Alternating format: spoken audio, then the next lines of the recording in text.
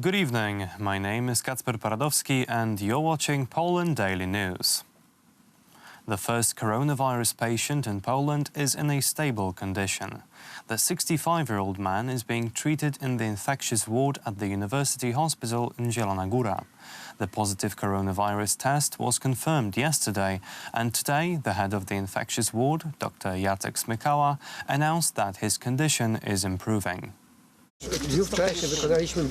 Yesterday we received the test results of a number of new patients with flu-like symptoms, and we now know for sure that they don't have coronavirus. They have been released home. The condition of the only patient in Poland who has tested positive is good. Nothing special is happening with him. He has expressed a desire to return home too and is waiting for the date when we will be able to send him home. The Polish government has two new ministers in its ranks. Today, the Minister for European Affairs, Konrad Szymański, and the Minister of Environment, Michał Woś, were officially sworn in by President Andrzej Duda. Powstaje specjalny urząd ministra do spraw europejskich. Setting up a special office of a Minister of European Affairs shows how important European matters are for the Chancellery of the Polish Prime Minister and for the Polish state. Minister Szymański is a specialist in this field, and I am sure that he will handle this position very well, because he has been taking care of these matters since he became part of the Polish government. Dear Ministers, I wish you good luck with your work. I would like to thank everyone for participating.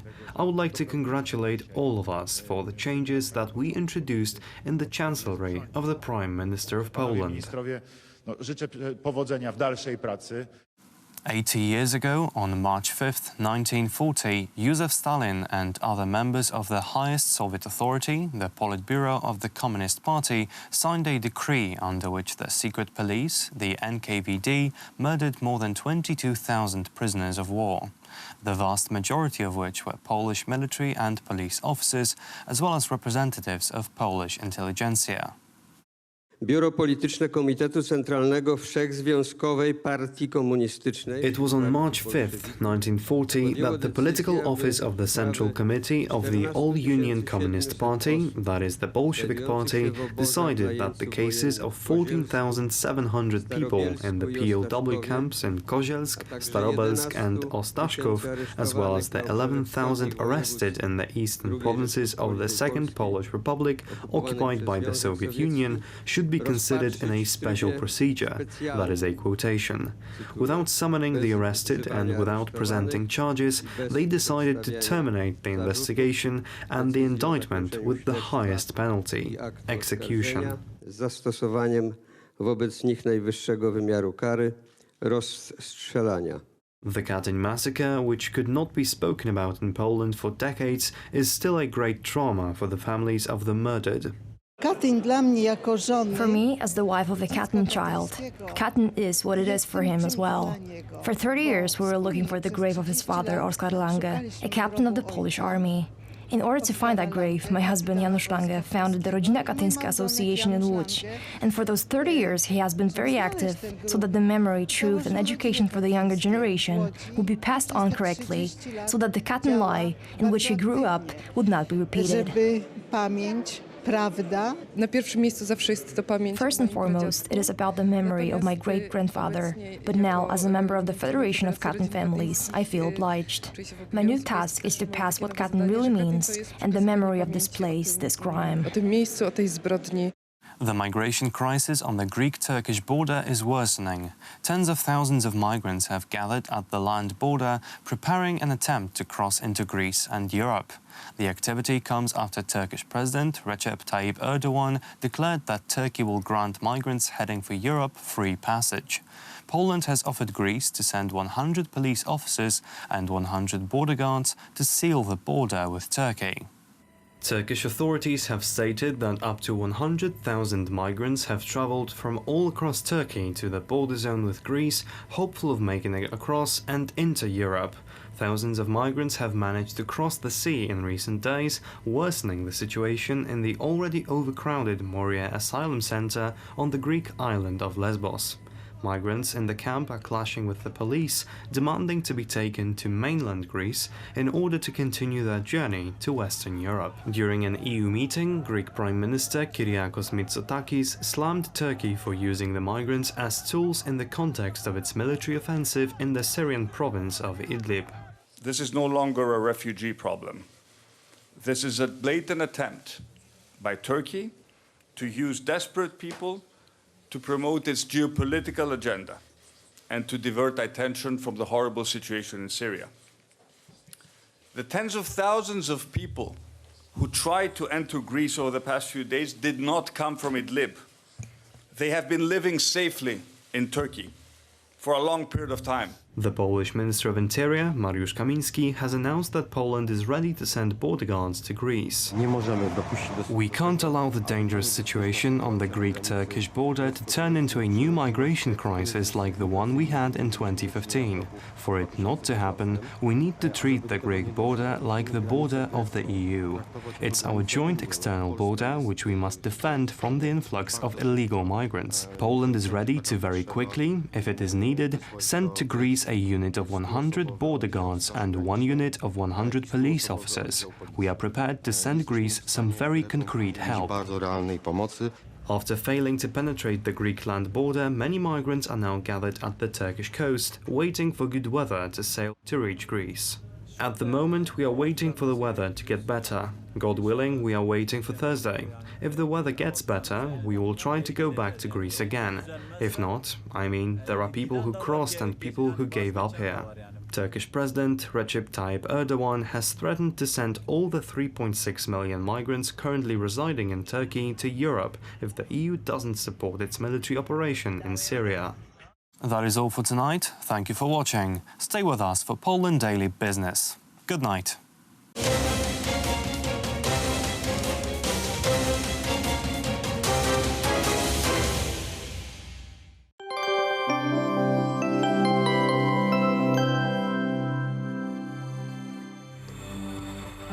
Welcome to Poland Daily Weather. Let's see the forecast for tonight. Temperature will drop a little to -3 degrees in Zielona Góra, 3 degrees above zero we will see in Białystok. Overcast sky is expected on the east and in central Poland. Clear sky will appear on the west. The pressure will be still low. Let's see the forecast for tomorrow. In most regions we may expect rainfalls. Rain with snow is expected over Katowice and Kraków. Temperatures will range from 6 degrees in Łódź to 10 degrees in Wrocław. In central, temperature will hover around 6 and 8 degrees. The wind will be moderate. Let's check the weather for the next days. On Saturday, more sunlight will occur in central and on the southwest. In the rest of the country, rainfalls will appear. On Sunday, sky will clear up. Temperature will range from 4 to 8 degrees. On Monday, temperature will rise to 10 degrees. Lots of sun will appear in central Poland and around Białystok. Pressure will increase. Thank you for watching and goodbye.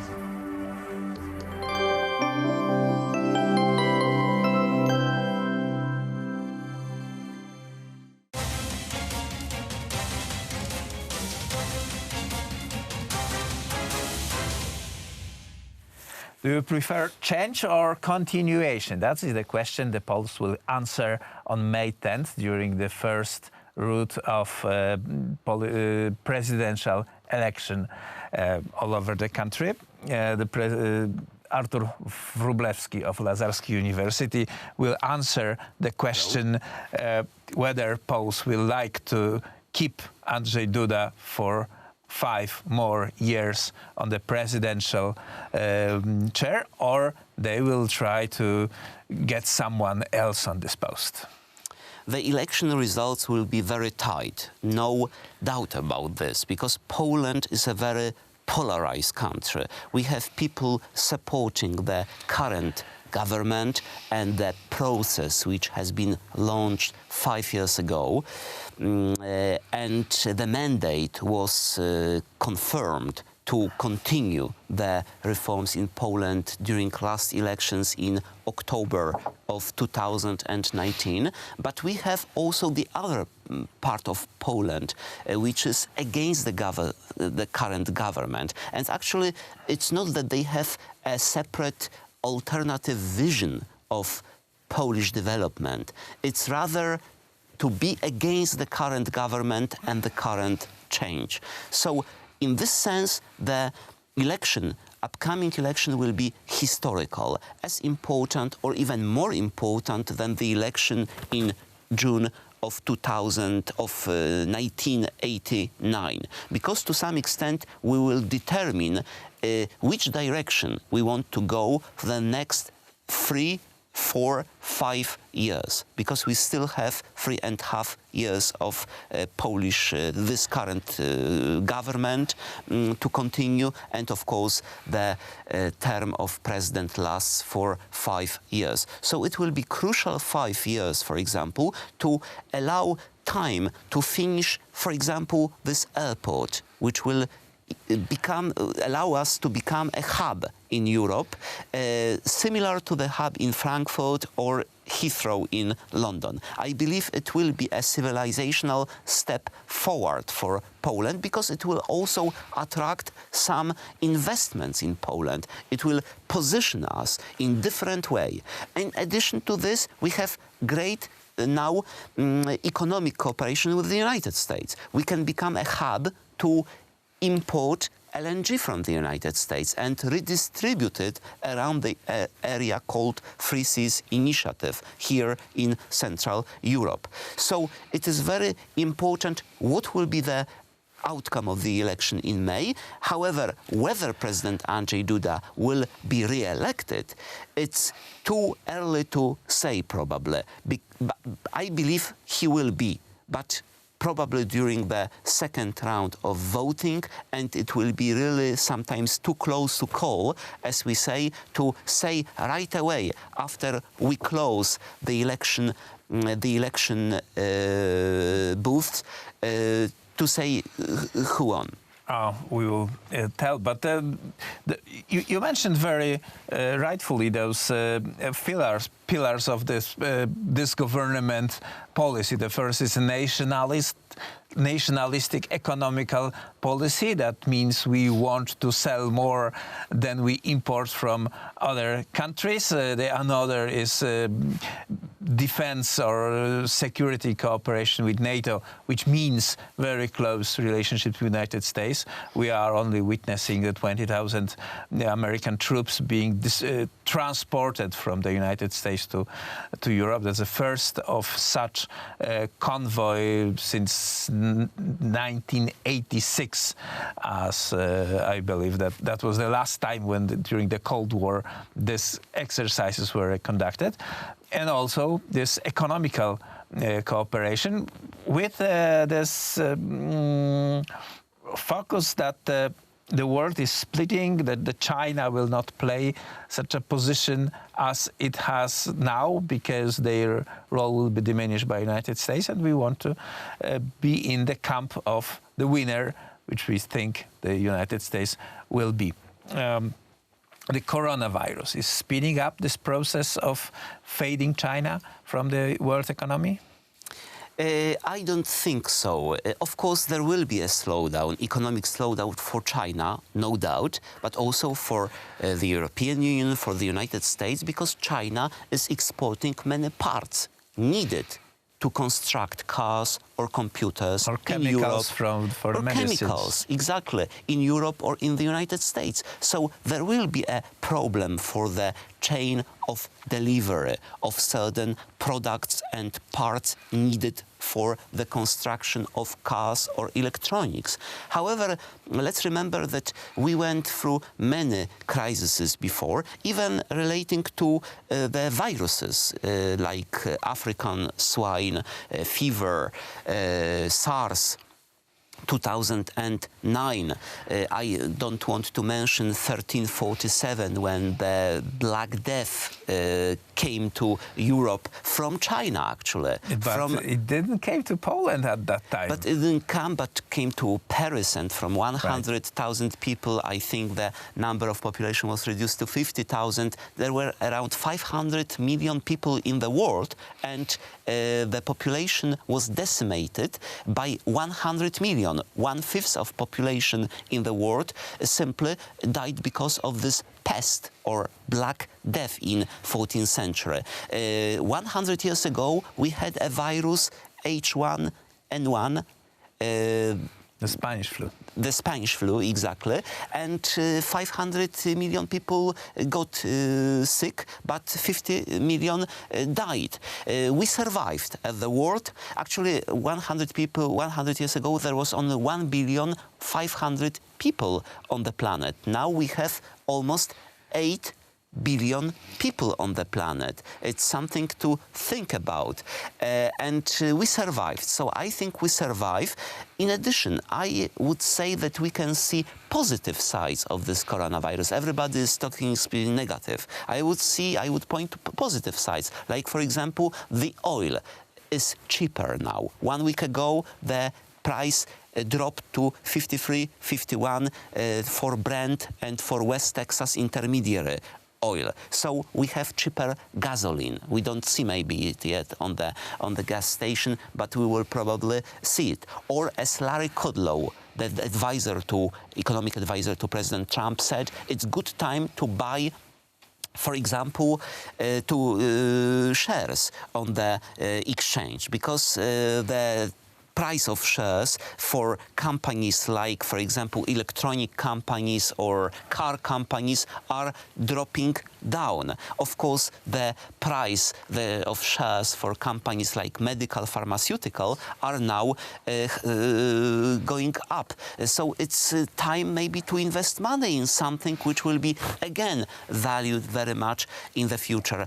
So I think there will be a slowdown, but it will be only a temporary slowdown, and we will recover. Rather weeks than months, but we are 10 weeks from the Polish election. In the times of uncertainty, especially that is external, people will rather want to increase that uncertainty and give the post to another guy, or keep the current guy who kind of is doing his work? I think this disease, this pathogen, is good for President Andrzej Duda. Why? Because he can show that he's the leader, and he showed yesterday by organizing this special session of Polish Parliament, and we have already a special act, legislative act, which will be giving extra powers, prerogatives to, for example, people in the government to fight against this disease. So he's showing himself as the leader. He's in charge. He's in charge. It's helping him definitely. But of course, it can the disease, this small virus, very small virus, can kill his chances if he fails as a leader. Let's remember how much criticism President George W. Bush Jr. got in 2005 after his slow reaction to Katrina hurricane. Or recently, when something bad about Dorian hurricane, and President Trump said, I think it will not affect his chances to be re-elected, but the President Duda stands big chance to show himself as a leader. But of course, it is also a dangerous thing for him if he fails to play important role and to show himself in this presidential format as the national leader. And this is wrap-up of this conversation. Artur Wróblewski of Lazarski University, sir. Thank you very much. And I invite you for another Poland Daily Business conversation tomorrow, next time.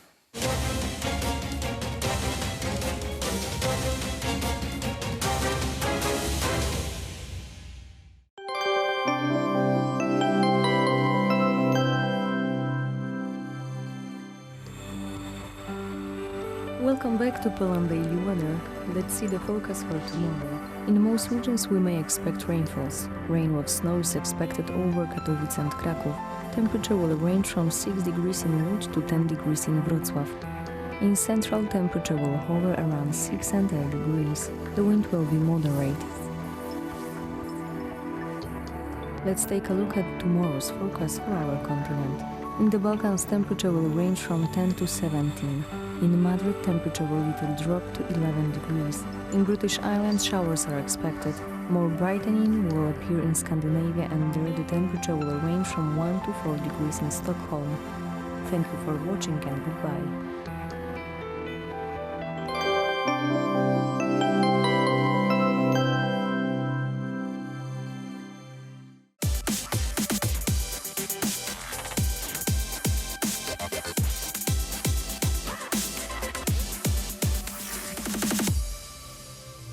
Hello everybody, my name is Maria Kądzielska and welcome to Poland Daily Culture.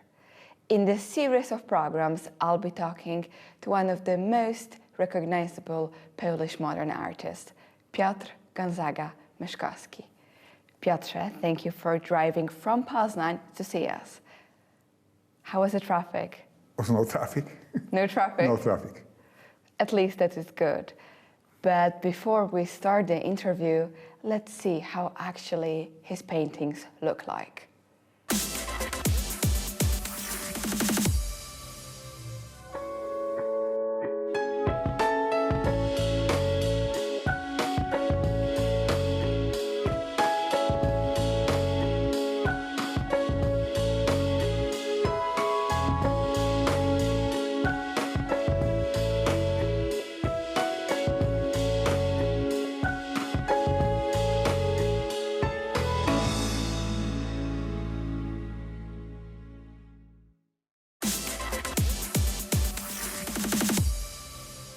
Piotrze, let's talk right now about religion. You say openly you are a believer, you are a religious person, you don't hide this, that's the first thing. And secondly, we can see in your paintings and in your works influence of sacral art. You yourself paint Madonnas, for example, or doves. So there's this element of a religion in it. How God manifests in your work? One guy was a long time ago, come to my gallery, and because everyone is saying that artists poor, that's a poor life, no money, and just the paintings, and it's not a nice kind of life. But this guy come to me and said, watch my works, and said, Myszkowski is working with a God, and he will survive. And I think I'm survive. And that's why I work with a God. I love the God. And you can see this in my art. And when I start a new exhibition, I always doing the Madonna or graphic or icon. So I've done many things with the church. And I have in Poland my own my paintings. I have in Poland I've done the main picture for the Holy Family Church in the south of Poland, and so I made the Way of the Cross for Japan, for the Japan fathers. So anyway, I working with the God, and anyway, I think is a good way. Previously, artists were all about biblical scenes, Bible, religious figures, Madonnas, and right now we could say that, especially the art university, the schools are very. People are not religious. Sometimes they're even manifestly not religious. Why is it so? Why do you think it's so? I think they're lying. If the people were saying that they're not working with the God, they have more faith than other ones. I think they're playing. And I think, everyone is thinking about the God. And I think this is a play. And I don't listen I don't listen to them because they're lying. I think this is my opinion. So do you think actually that the students are lying a little bit, telling about their agnosticism and that they need God for art? Of course. Everyone needs the God. And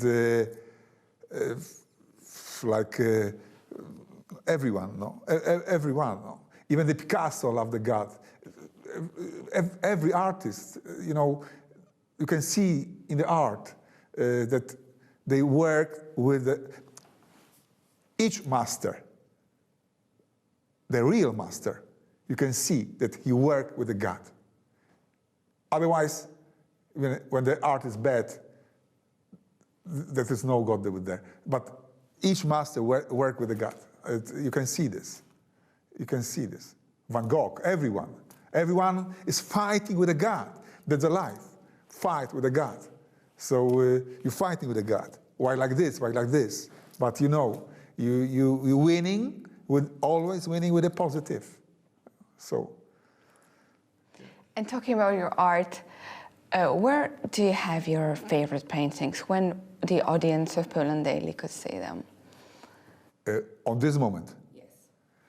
I have my paintings and I'll hold the word on this moment.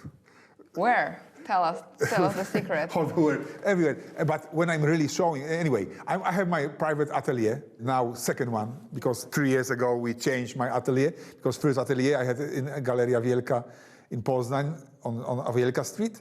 Now we changed the atelier from 3 years ago. I have an atelier in Ratajczaka 44 in Poznań.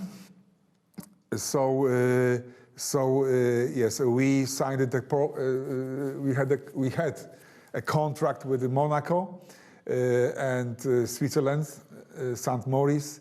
Some of my arts are in Japan. Like I said to you, I have art in the churches as well. So in America, so I'm preparing now to the exhibition in States as well. But, so yeah, and my customers are everywhere as well. So I'm not worried about my art, yeah, because when the art is good, because some artists are, I'm selling or not selling. You just have to work. Artists selling themselves. So because I cannot push you that you like it, you have to buy it, yeah.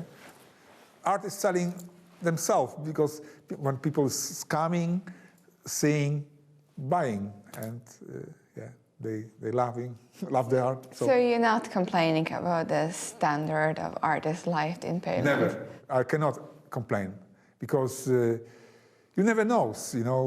All the day is different, and 1 month is like this, 1 month is like this. You just have to work and do your good work, and you don't have to worry when you're working very good and you're doing your work, and the painting will sell, the money will come.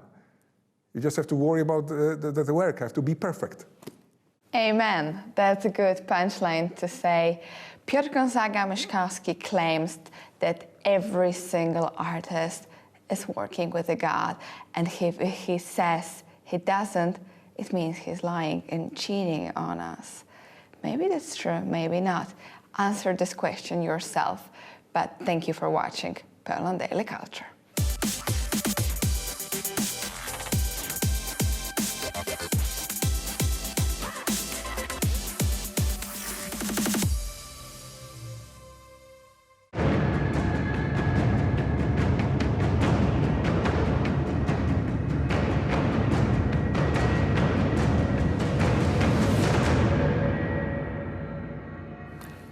Welcome to Poland Daily History with me, Nicholas Richardson, and in this series of episodes we're looking at Poland's relations with neighbouring states, and I'm joined to discuss this with Professor Krzysztof Jabłonka.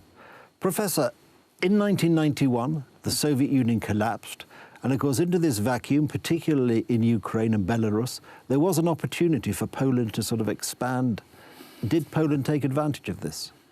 Yes, it was a wonderful moment. Belarus especially experienced a rebirth. It was reborn in the sense that its original national colors were restored. Poles learned for the first time that Belarusians still had a national white and red flag as recently as 1918. It was taken from a beautiful Renaissance painting depicting the Battle of Orsha in 1514, where Belarusian troops fought under under such a flag with Polish and Lithuanian troops against Muscovy. The coat of arms, which referred to the Lithuanian coat of arms, the Belarusian Pogoń, was also restored. The contacts between Poland and Belarus were very promising after our eastern neighbor seceded from the Soviet Union, especially when Belarusian President Stanisław Szyszkiewicz visited Poland. Unfortunately, the economic structure that was once imposed by the Soviet Union played an ominous role in this situation. All oil and gas pipelines ran from the depths of Russia. When President Szyszkiewicz asked for Poland's help in cutting off the Soviet supply, the Poles replied they could not do so. That left Belarus in a vacuum, and the Russian security agencies used it to their advantage. Alexander Lukashenko's election campaign turned out to be the last campaign in which Belarusians had any choice. Once elected, Lukashenko transformed Belarus to such an extent that it became a dictatorship. Only recently did Belarus wake up to the fact that it might be facing the fate of Russia and started fighting for its independence. The Poles have once again come to Belarus's aid, but it is worth remembering that Lithuania was also a great supporter of Belarusian independence. These two countries have a common history, as they had formed a common state for over 600 years. Lithuania and Belarus merged with Poland and Ukraine. This is how the former republic was constructed. Thus, the old historical dependencies return, and they are able to build some resistance against the imperial attempts of present Russia. In the Ukraine, it turned out a little differently. It was a powerful country and initially was not threatened by aggression from Russia, so an independent government was maintained. It was only the attempt to impose Yanukovych and the Orange Revolution in Ukraine that made them realize that their nation's sovereignty is threatened. And following the Maidan Revolution, Russia invaded Ukraine's eastern territories. Professor, you mentioned the Orange Revolution of 2004. What effect did that have on Ukraine, and how did Poland participate in that movement? It was a great awakening. Polish sympathy for Ukraine was great, especially among the youth. There was a beautiful demonstration in front of Józef Piłsudski's monument as we recalled his friendship and mutual defense treaty with Ataman Semen Petlura. A very catchy slogan was created: Kiev, Warsaw, it's a common cause. Of course, we were all aware of the fact that these slogans were primarily proclaimed against the reviving Russian imperialism. The interest in Ukrainian culture was also growing rapidly. Until then, Poles treated Ukraine as if it was a part of Russia. Now that Ukraine's distinctiveness has blossomed, we perceived it as a sign of good things to come. Their historical narrative changed. We have underlined the common history of Ukraine and Poland in extremely positive aspects. Same with Ukraine's independence efforts. Its culture and language have been appreciated. Many young Poles started learning Ukrainian. It was too late for me, because I had already learned Russian, and these two languages, though similar, are different and could be easily mistaken. However, Poles started to treat anything Ukrainian with respect. The Orange Revolution, which was a series of protests taking place between 2004 and 2005, prevented the elections in Ukraine from being falsified. After surviving an assassination attempt, Viktor Yushchenko won the repeated presidential elections. Unfortunately, this revolution was largely wasted. There were disputes between various parties, and after that brief period of hope, the Party of Regions, led by Viktor Yanukovych, came into power.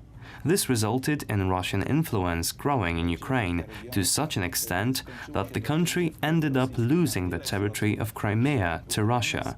The signing of the agreement until 2042 by Yanukovych's government de facto gave the Crimea to the Russians. Taking the Crimea away in 2014 was only a formality. After the demonstrations of Euromaidan, which happened between 2013 and 2014, Ukraine got rid of Yanukovych under the charge of treason. Nevertheless, Crimea was no longer recoverable. Soon it turned out that fighting began also in the eastern Ukrainian provinces of Donetsk and Luhansk.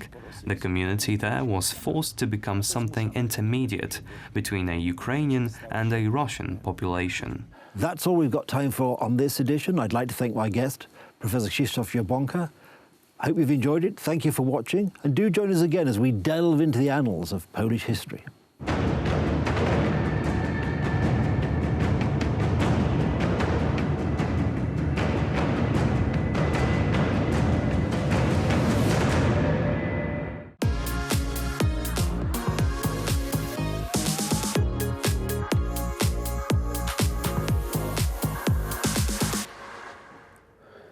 Well, hello everybody. We're here inside the mill, reconstructed mill at the Police River Museum, Skansen. It's called in Polish, Police River Skansen. And it's quite a fabulous building. They have done all things, they have put all things related to the making of a water mill into this building. Really fascinating stuff. But I'll tell you something. As fascinating as this is, I'm no miller. Perhaps you're grinding your own wheat to make bread, but not me. I think that I'd like to show you what's upstairs, because upstairs is quite a surprise. And just follow me up.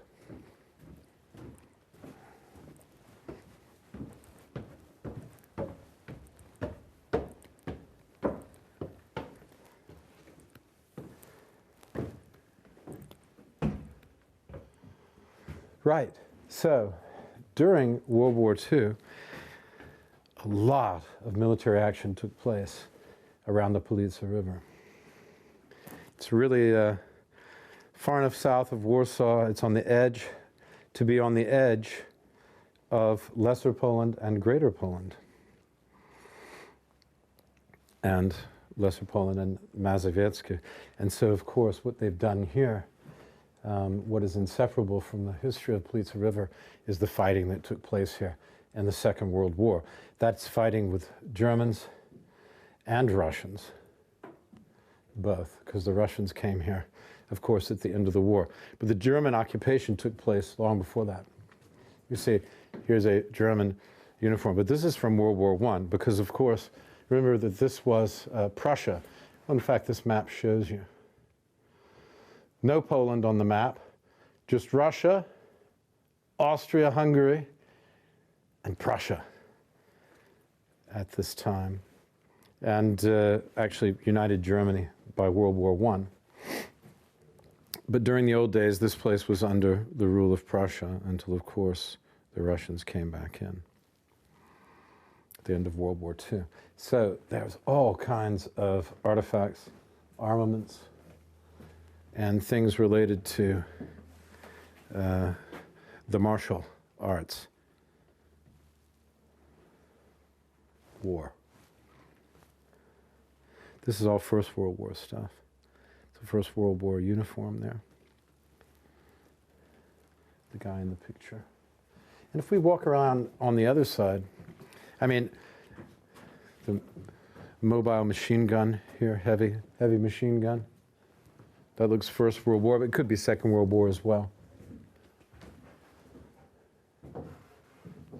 Here we got something. This is very interesting. These are different hand grenades. Can you imagine? You carrying these around, these rather heavy implements, and then you're using those to blow up people. Serious business. And we have a bunch of sort of missiles. These look like bazooka missiles or anti-tank missiles, perhaps. Some old weapons here. I love this one. Look at that. That's a machine gun with a stand. There's your cartridge there.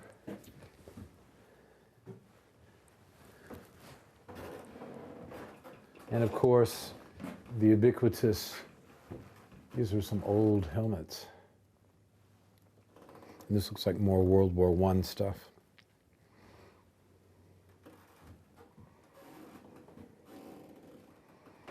So remember, the history of this area is of constant changing and conquest over a period of several hundred years. Of course, the Swedish came through here and destroyed everything. In the 1600s and early 1700s, they fought many battles in this area too.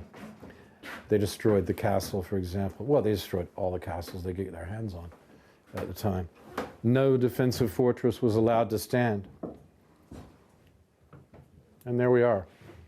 Okay, stay with us. After the bumper, we'll have more from the River Museum of the Politsa. Okay, welcome back after the bumper. Good to see you good. Poland Daily Travel here.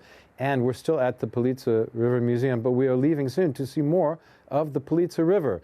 But before we do that, a little word about this. What do you reckon that is? Well, this is your handy spring water carrier.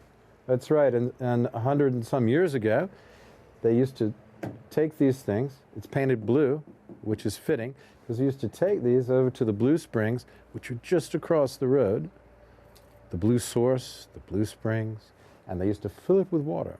And when they filled it with water, they would take it over in the town. This water was particularly known for being of high quality. And as we'll see later in Spawa, which is a spa town just up the road a few clicks, they really celebrate spring water in this particular part of the world. So there's your container. Let's go see why they call the Blue Springs blue. Perhaps it's a nice day, and we'll get to see why. Then we head east through the resort village of Spawa and on to Ino Łódź. There are plenty of views of the particularly beautiful Politsa River. I can't wait to go kayaking there in the summer. It looks absolutely inviting. Even in the winter. Ino Łódź also, what a gem of a town. It has a rich medieval history, being about 900 years old. There's plenty to see here. There's a castle, a church, high up on a hill, affording amazing views of the river valley. It's a great stop along your way east to the Vistula River. So come along with us on the Politsa River. You're going to really enjoy this. Hey, and thanks for watching. This is Poland Daily Travel. Why do we do it? We do it for you. I'm Will, and I approve of this message.